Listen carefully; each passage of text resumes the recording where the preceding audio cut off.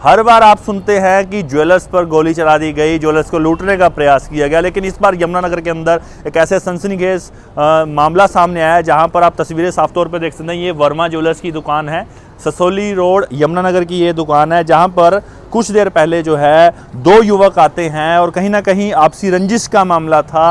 वो ईंट फेंकते हैं दुकानदार के ऊपर, लेकिन दुकानदार के पिताजी को लगती है और साथ ही साथ जो है बताया जाता है कि अंदर से जो है रिवॉल्वर से, पिस्टल से जो है फायरिंग की जाती है। उन दो युवकों को गोली लगती है। गोली लगने के बाद एक को यमुनानगर गाबा हॉस्पिटल में रेफर कर दिया जाता है और दूसरे को जहाँ उपचार जो है मुल्लाना हॉस्पिटल में चलाया जाता है। साफ तौर पे आप देख सकते हैं कि यहाँ पर भी अभी जो है खून भी बिखरा हुआ है। किस तरीके से ये हादसा हुआ है यहाँ पर, आपको बता दें कि नीयत क्या थी उन दो युवकों की, लूटने की थी या मारपीट की थी, ये तो अभी पुलिस क्लियर करेगी। लेकिन मामला ये सुनने में आया कि दो लोगों को जो है गोली लगती है। आइए आपको सुनवाते हैं डीएसपी हेडक्वार्टर यमुनानगर से क्या कुछ पूरा मामला था।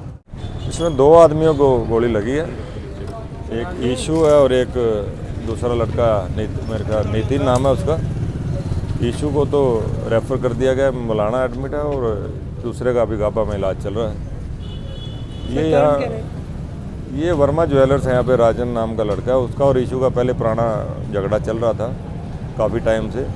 तो आज ये कुछ इशू पता लगा जो अभी तक की इन्फॉर्मेशन के हिसाब से भी इसके साथ एक मेडिकल हॉल है। इशू वहाँ पे अपना कुछ दवाइयाँ वगैरह लेने आया था, तो राजन बाहर खड़ा था, तो इनका किसी बात पे आपस में कहा सुनी होगी, तो इसमें इनका झगड़ा शुरू हो गया। तो एक दूसरे को उन्होंने ईंटें पड़ी थी वो मारनी शुरू कर दी। तो इस दौरान एक ईंट जाके इसके फादर को लगी राजन के, तो राजन ने अपने अंदर से रिवॉल्वर वगैरह उठाया और फायर कर दिया। इसमें दो आदमियों को गोली लगी। कितनों को गोली लगी? दो आदमियों को लगी। कितनी लगी गोली, कुछ पता चल रहा है? वो अभी इसके बाद बताएंगे प्रॉपर, डॉक्टर साहब बताते हैं जैसे हमें। देखा था, क्या हुआ था यहाँ पे, बता सकते हो, कुछ जानकारी दे सकते हो? कुछ नहीं, हम तो अंदर दवाई दे रहे थे, बल्कि मेरे पास दो कस्टमर खड़े थे उस टाइम। तो कोई बहस-बुसी हुई है कोई आपस में इनकी, उसके बाद अपना रिवॉल्वर गोली चली है। तो उसके बाद फिर हमने अपना शटर मैंने नीचे कर लिया है। तो गोली किसकी तरफ से चलाई गई थी? जो दुकानदार है उनकी तरफ से कि जो बाहर से लोग आए थे उनकी तरफ? दुकानदार की तरफ से गोली चली है। पहले झगड़ा हुआ था कुछ आपस में?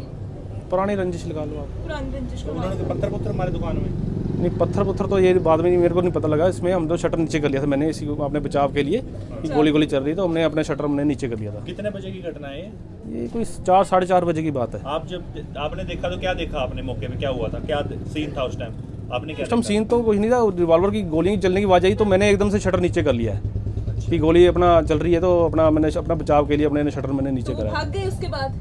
उनकी गोली लगी है, उसके लड़के की गोली लड़की लगी है, पता नहीं आगे जाके गिर गया लड़का, वो उनकी गोली लगी है लड़के की। दोनों को लगी है? पता ये नहीं पता, एक के लगी है उस टाइम। दोनों की उम्र तो होगी 20-25 साल की होगी। घटना की कितनी देर बाद पुलिस मौके पे पहुंची थी?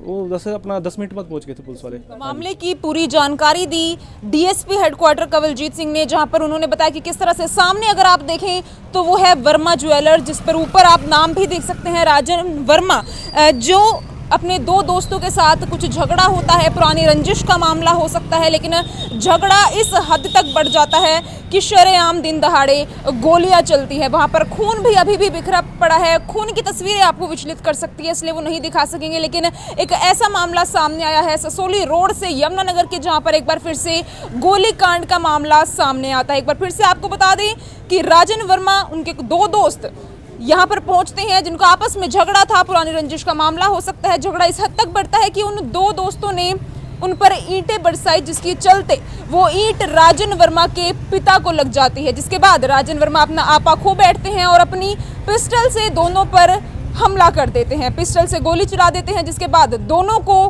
गोली लग जाती है, जिसमें से एक को अब मुलाना रेफर कर दिया गया है, तो वहीं एक का भी उपचार गाबा हॉस्पिटल में हो रहा है। तमाम जानकारी के लिए देखते रहिए HSM न्यूज़। लेकिन इसी बीच एक बड़ी बात ये सामने आती है जिसमें आपकी राय सबसे ज्यादा जरूरी है। अब तक आपने देखा कि किस तरह से ज्वेलर्स पर लगातार गोलीकांड के मामले यमुनानगर में सामने आते रहे हैं, जिसके बाद तमाम ज्वेलर्स ने लाइसेंस की मांग की है, लेकिन अनेक कारणों के चलते उनका लाइसेंस रद्द कर दिया जाता था और उनकी फाइल को एक्सेप्ट नहीं किया जाता था। लेकिन इसके बाद अब ये बिल्कुल उलट मामला सामने आता है, जहां पर किस तरह से ज्वेलर्स के पास पिस्टल थी, जिसके चलते पूरा हादसा यहाँ पर होता है, पूरी घटना सामने आती है। इस पर आपका क्या कहना है कमेंट सेक्शन में जरूर बताएं। पूरी जानकारी आप तक पहुंचाएंगे HSM न्यूज़ के माध्यम से। मैं आपके साथ वसुंधरा काम्बोज।